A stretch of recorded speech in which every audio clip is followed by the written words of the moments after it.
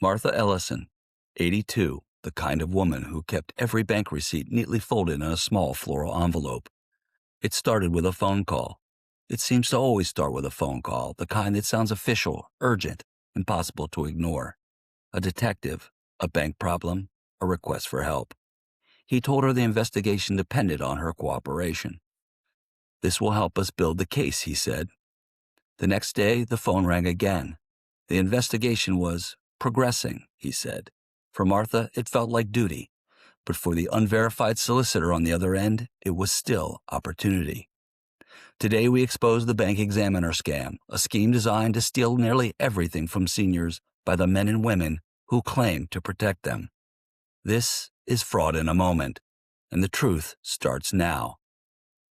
The man who claimed to protect her, the bank examiner scam that almost won. Martha Ellison was 82, the kind of woman who still balanced her checkbook by hand and kept every bank receipt neatly folded in a small floral envelope. Her life was predictable, peaceful, until the phone rang one Thursday afternoon. The caller ID flashed a local number.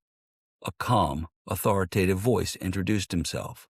"Ma'am, this is Detective Harris with the bank examiner's office. We have a serious problem at your branch." Martha froze. The man spoke with the confidence of someone who had said these words 100 times. He explained that a dishonest employee at her bank had been stealing from customer accounts, including hers. He said they needed her help to catch the thief. He told her she must not speak to anyone at the bank. He told her other victims had already agreed to help. He told her the investigation depended on her cooperation. And Martha believed him. He instructed her to withdraw $9,000 in cash. Not a check, not a transfer, cash. He warned her to tell the teller it was for a family matter if anyone asked. He reassured her repeatedly, "Your account will be replenished. You won't lose a dime. We just need evidence." Her hands trembled as she walked into the bank. She felt like she was part of something important, something secret. After the withdrawal, the detective told her to meet an officer at a nearby parking lot. A man approached her car, flashed something shiny that looked like a badge, and took the envelope of cash from her hands. "This will help us build the case," he said. The next day, the phone rang again. The investigation was progressing, he said. They needed another withdrawal to reinforce the evidence. Martha complied. For days, the pattern continued. Calls, instructions, secrecy, pressure. Each time, the scammer reassured her that she was helping stop a criminal inside her bank. Each time, he took more of her savings. But on the seventh day, something changed. Her daughter visited unexpectedly and noticed the fear in Martha's eyes. The story spilled out, the calls, the withdrawals, the secret meetings. Her daughter's face went pale. "Mom," she said, "this is a scam." The truth hit Martha like a wave. There was no dishonest bank employee, no investigation, no detective, just a criminal who had studied her, targeted her, and manipulated her trust. She wasn't alone.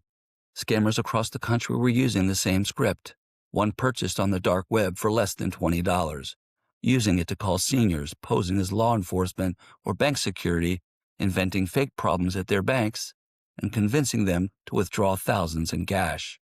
They used secrecy, urgency, and authority to control their victims. Martha lost more than money.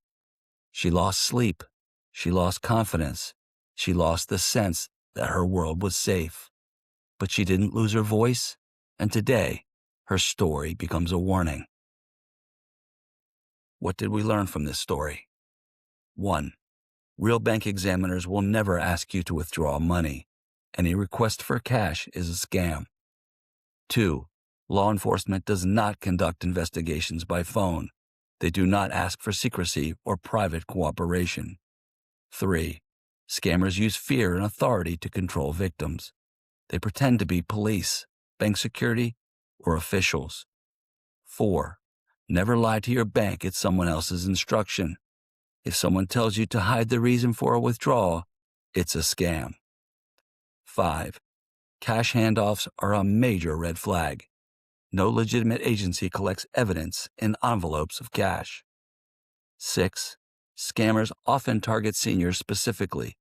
They use phone books, obituaries, and public information to find victims. 7. Multiple withdrawals over several days are part of the scam pattern. They keep victims engaged with fake updates on the investigation. 8. Always talk to a trusted family member before making large withdrawals. A second opinion can stop a scam instantly. 9. If you suspect a scam, call your bank directly using the number on your statement. Never trust a number given to you by a caller. And 10. You are never alone, and reporting helps protect others. Your story can save someone else's savings. Martha thought she was helping stop a crime. Instead, she was walking straight into one. These voices sound official, these instructions feel urgent, and the secrecy seems necessary. But real bank examiners don't call you.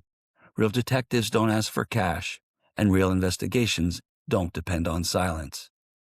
If someone pressures you to withdraw money, to keep secrets, or to hand over cash to a stranger, stop.